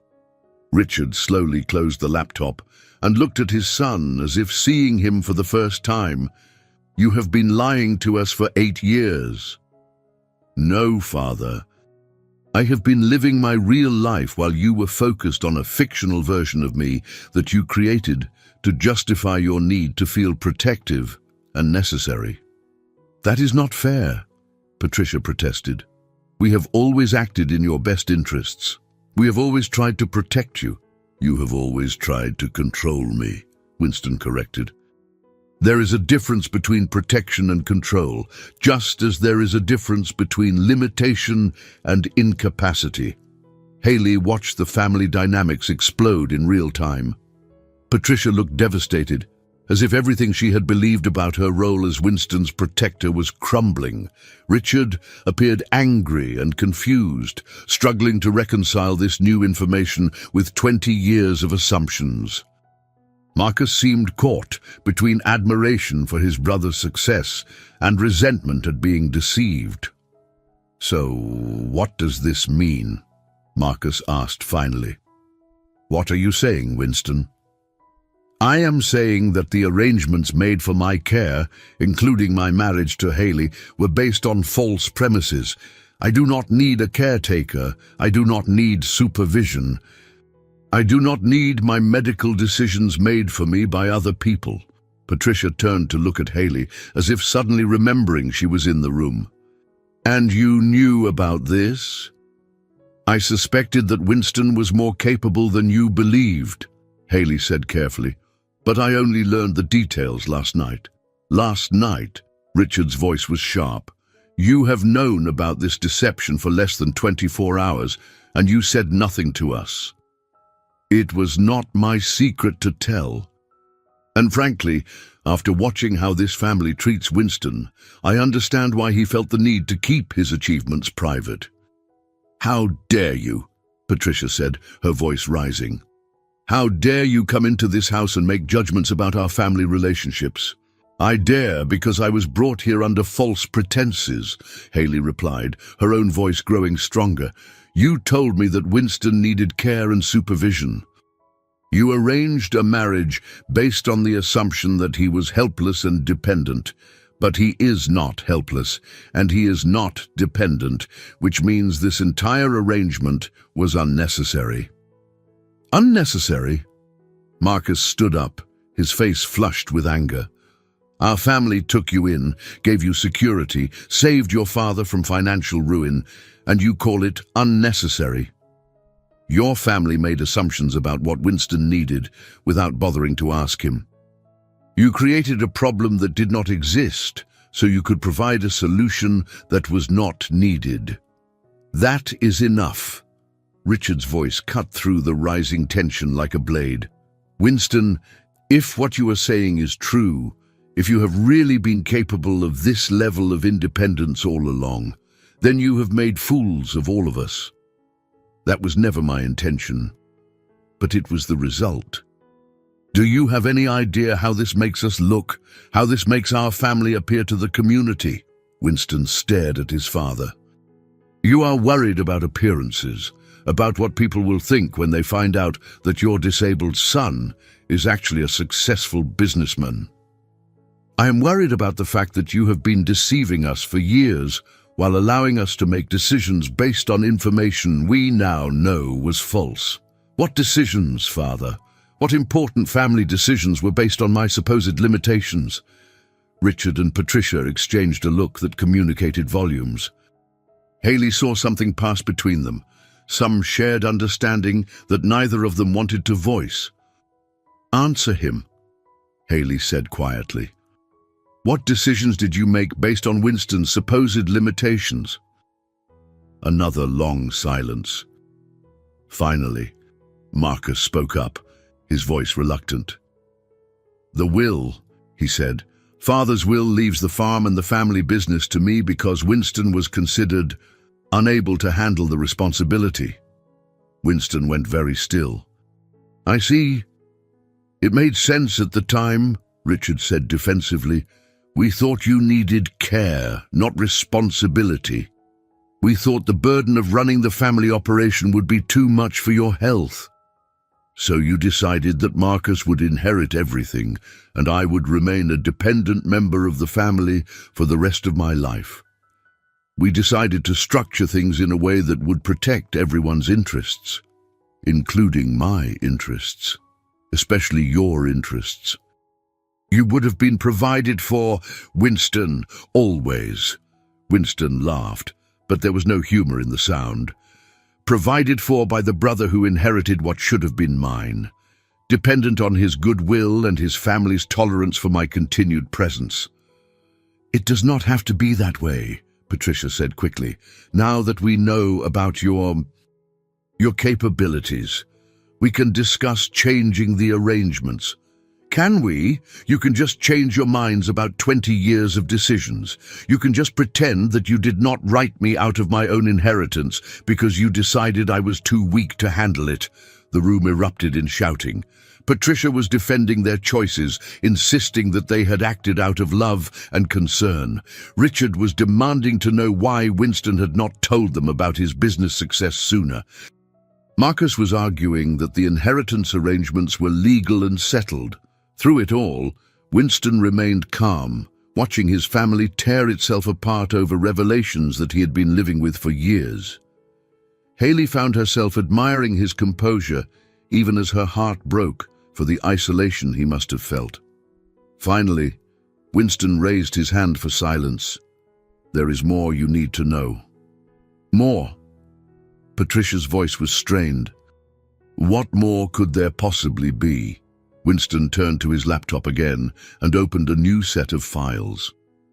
"The money I have earned over the past 8 years has not just been sitting in checking accounts. I have been investing it, growing it, building a portfolio that now represents substantial wealth." He turned the screen toward them again, and Haley watched their faces as they processed what they were seeing. "This says you have assets worth over $2 million, Richard said slowly. $2.4 million to be precise. $2.4 million, Marcus repeated numbly. "Which means," Winston continued, "that I am not only financially independent, I am actually wealthier than the family farm operation. I could buy out your mortgage tomorrow if I wanted to. I could purchase my own property, start my own agricultural business, or simply continue building my technology companies while living anywhere I choose." The silence that followed was deafening. Haley could see the family struggling to absorb this final revelation, to understand that the son they had written off as a burden was actually more successful than any of them. "You could buy out the farm." Richard's voice was barely a whisper. "I could buy the farm, the house, and most of the surrounding property without significantly impacting my overall financial position." Patricia sank into her chair, as if her legs would no longer support her. "I do not understand. If you have been so successful, if you have been so capable, why did you stay here? Why did you let us treat you like an invalid, like a child, like someone whose opinions did not matter?" Winston's voice was quiet but intense. "Because this was my family, because I hoped that someday you would see me as I really am, without me having to force the issue. Because I was afraid that if I revealed my success, you would think I had only achieved it to spite you, rather than because I needed to prove to myself that I could." "And now," Marcus asked, "now I have someone in my life who sees my worth without needing proof. Someone who encourages my independence instead of fearing it. Someone who makes me want to stop hiding and start living openly. All eyes turned to Haley, who felt the weight of their attention like a physical force. She understood that this was the crucial moment, the point where she could either support Winston's bid for independence or allow the family pressure to push them back into old patterns. "Winston is right," she said clearly, "about all of it.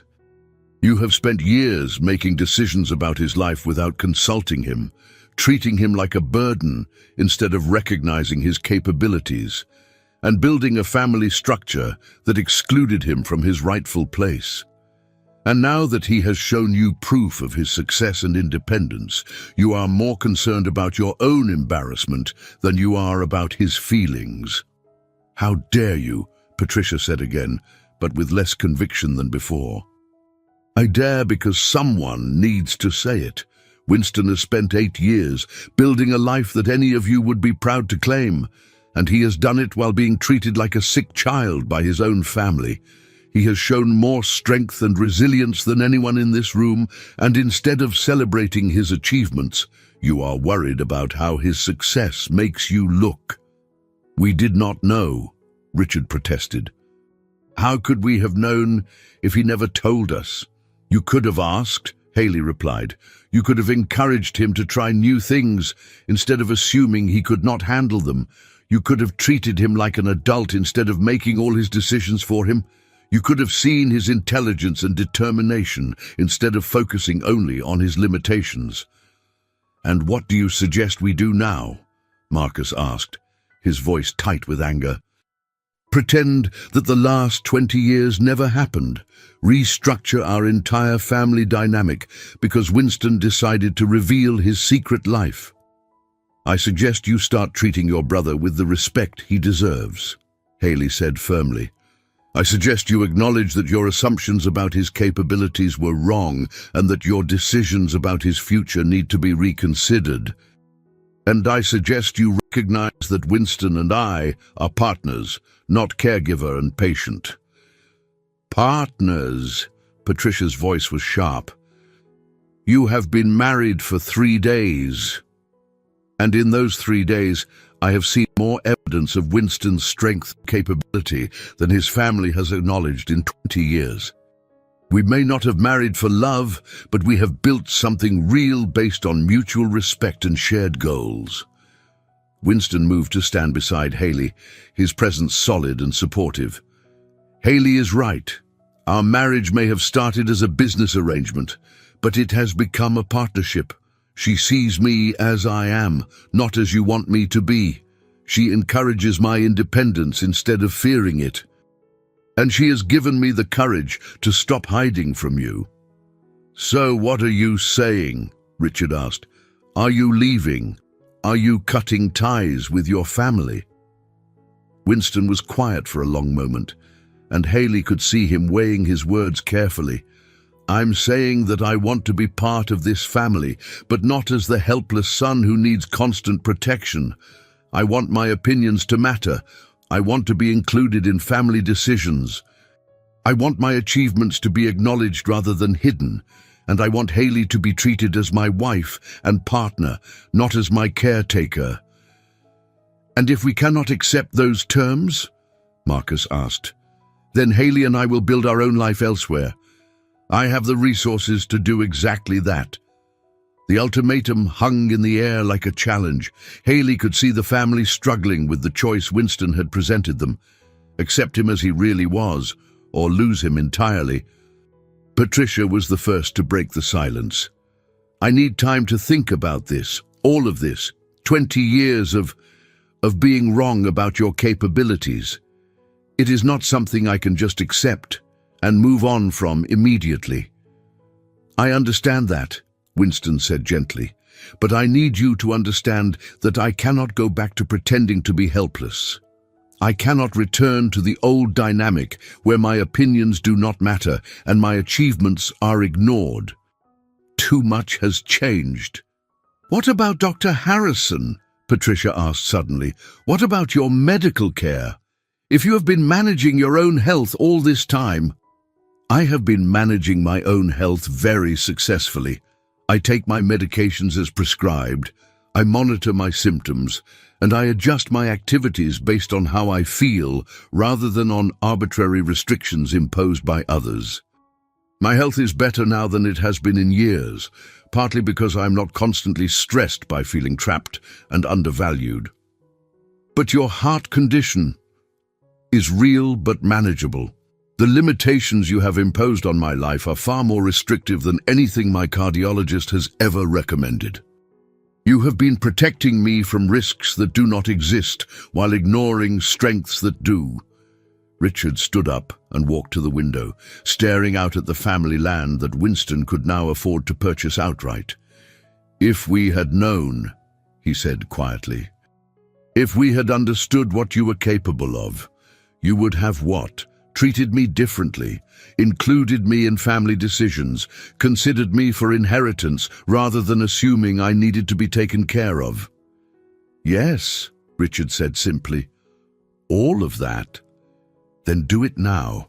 Treat me as your capable son rather than your burden. Include Haley in family gatherings as my wife rather than my caretaker. And consider whether the family business might benefit from my skills and success rather than just my brother's traditional approach." Marcus stood up abruptly. "You want to be included in the family business? You want a share of the inheritance that was settled years ago? I want what I should have had all along if you had not decided I was too weak to handle it. And what about me? What about the life I have built, based on the understanding that I would inherit the family operation?"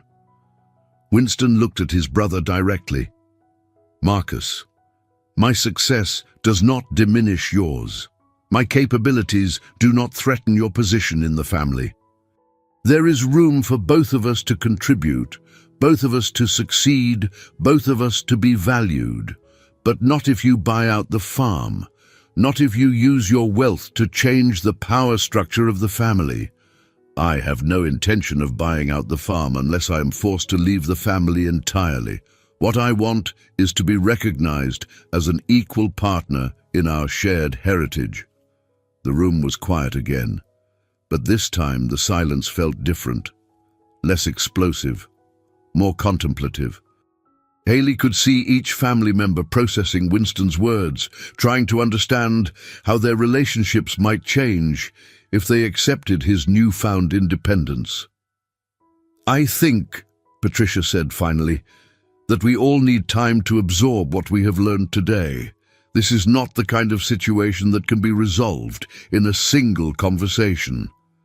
"I agree," Winston said. "But I also want to be clear that Haley and I will not return to the old patterns while you decide how you feel about the new reality. We are partners. We make decisions together. We will not pretend that she is here to take care of me or that I need supervision to manage my daily life." "Where will you live?" Richard asked. "Will you stay here while we work through these changes?" Winston looked at Haley, and she saw the question in his eyes. This was their choice to make together. "We will stay," she said firmly. "This is Winston's family home, and he has every right to be here. But we will live as a married couple, not as patient and caretaker, and we expect to be treated with the respect that any adult family members deserve." "Fair enough," Richard said after a moment. "We all have some serious thinking to do about how we move forward from here." As the family began to disperse, each member lost in their own thoughts about what had been revealed, Patricia approached Winston and Haley. "Winston," she said quietly, "I want you to know that everything we did, every decision we made about your care, came from love. We may have been wrong about your capabilities, but we were not wrong about wanting to protect you." "I know, Mother. But love without respect is not enough. Protection without trust is just another form of control." Patricia nodded slowly, tears beginning to form in her eyes. "I see that now, and I am sorry. I am sorry we did not ask you what you wanted. I am sorry we did not see what you were capable of.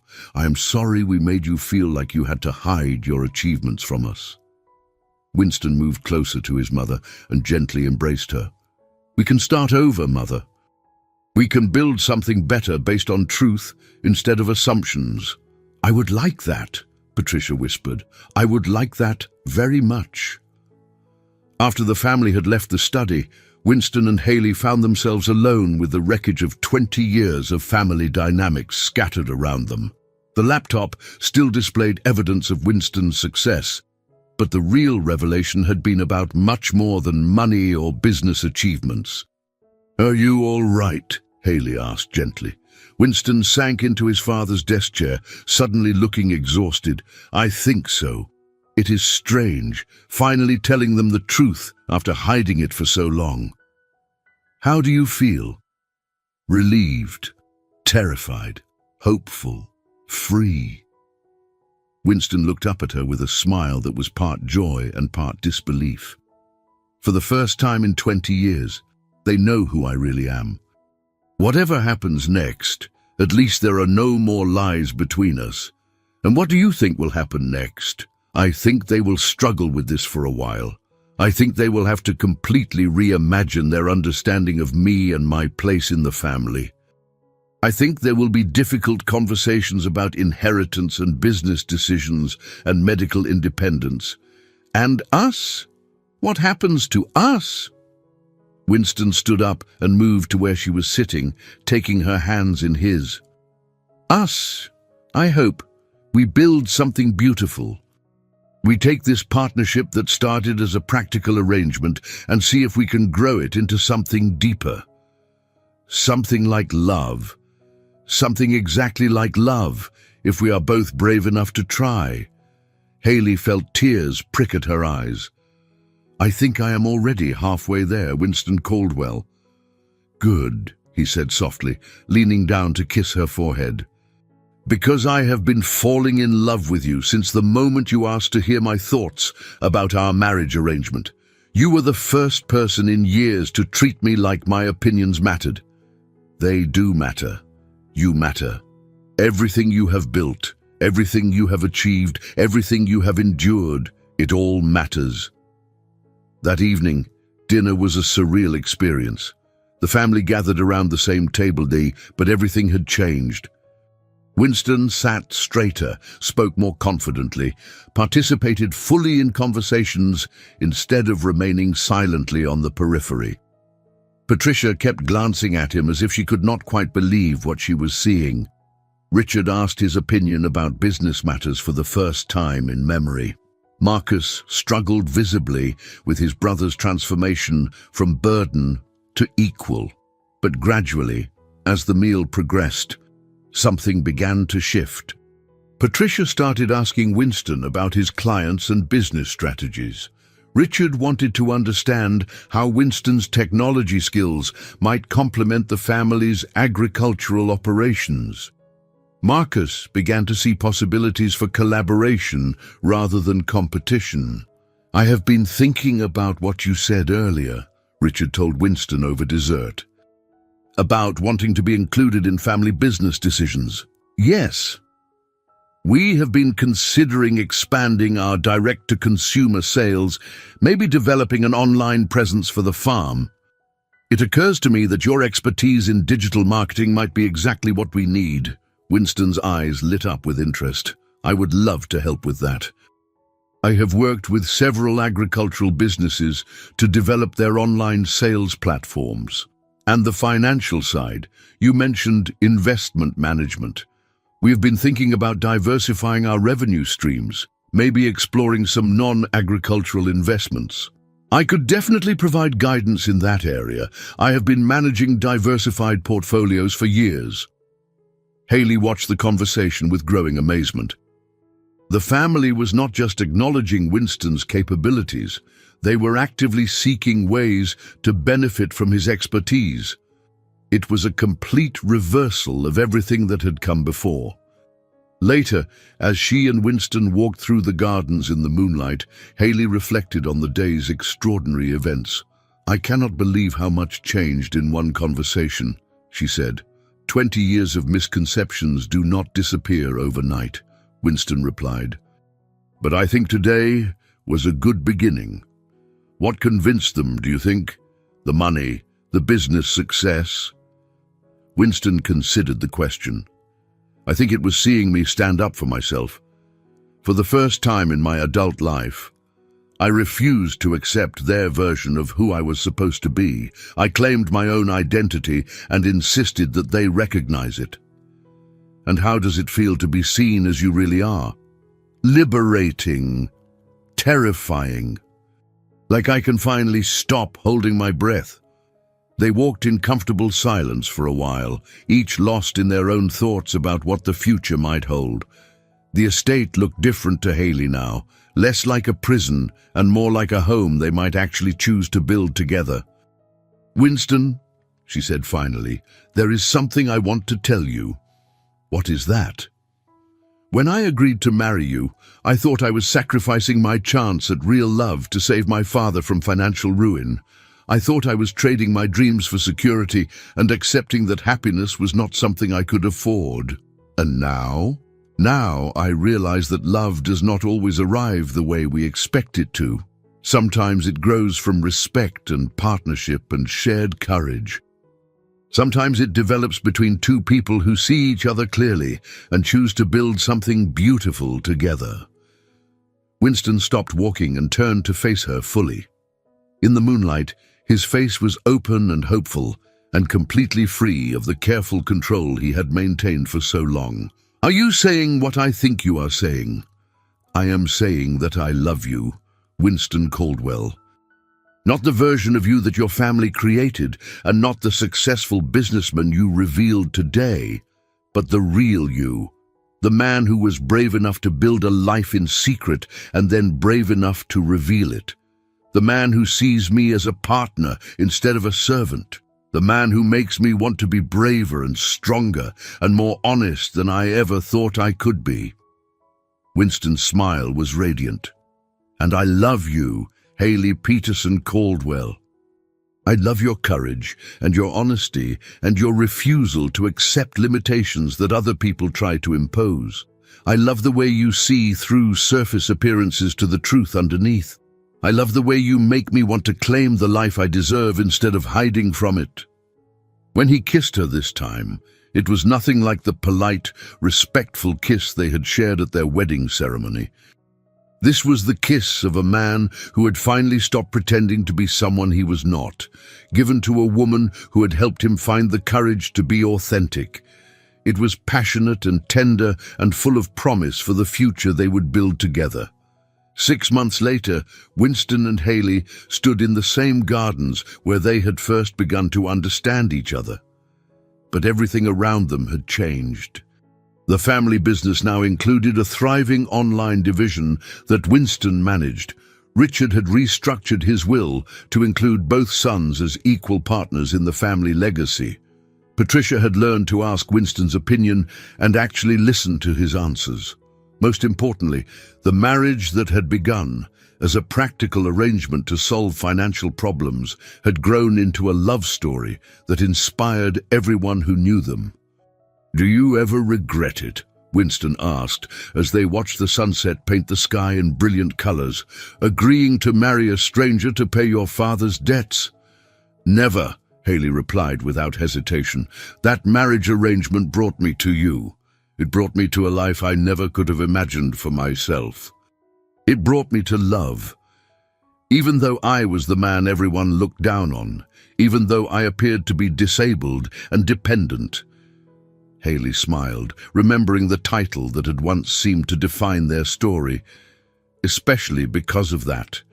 Because underneath all the assumptions and limitations that other people saw, you were hiding the most shocking secret of all. Which was that you were exactly the man I needed. Strong enough to build a fortune in secret, brave enough to fight for the respect you deserved, and wise enough to see that love could grow from the most unlikely beginnings. Winston pulled her closer, marveling at how perfectly she fit against him. And what is our secret now? That we found something real in something arranged. That we built something beautiful from something practical. that we proved love can bloom anywhere if two people are brave enough to tend it. As they stood together in the garden where their partnership had first begun to bloom, Hayley thought about the journey that had brought them to this moment. She had been forced into marriage with a man everyone looked down on, a man everyone believed was limited and dependent. But the secret he had hidden was indeed shocking. Not just his financial success or business acumen, but his strength, his resilience, his capacity for love, and his determination to claim the life he deserved. And the most shocking secret of all was that from a marriage of convenience, born of debt and desperation, two people had found the kind of love that most people spend their entire lives searching for. Their story had started with forced arrangements and hidden limitations, but it had become something beautiful, a testament to the power of seeing beyond surface appearances, of refusing to accept other people's definitions of worth and capability, and of building love on the solid foundation of mutual respect and shared courage. The poor girl who had been forced to marry the farmer's disabled son had discovered that his secret would indeed change everything. But the most important change was not his wealth or success. It was the love they had built together, one honest conversation, one act of courage, one moment of seeing and being seen at a time. Together, they had proved that the heart recognizes no limitations, that true strength often hides behind apparent weakness, and that sometimes the most shocking secret of all is that two strangers can become perfect partners when they have the courage to show each other who they really are. In the end, Winston Caldwell's secret had changed everything, just as the story's title had promised. But the change was not just about money or business success or family dynamics. The change was about two people finding the courage to be authentic, to love openly, and to build a life together that honored both their individual strengths and their shared dreams. They had started as strangers bound by necessity. They had become partners, united by choice. And finally, they had become lovers, committed to a future they would create together, one honest day at a time. I hope you enjoyed today's story. Subscribe to the channel so you don't miss more stories like this. Leave a like and comment below what you thought of the story. See you in the next video.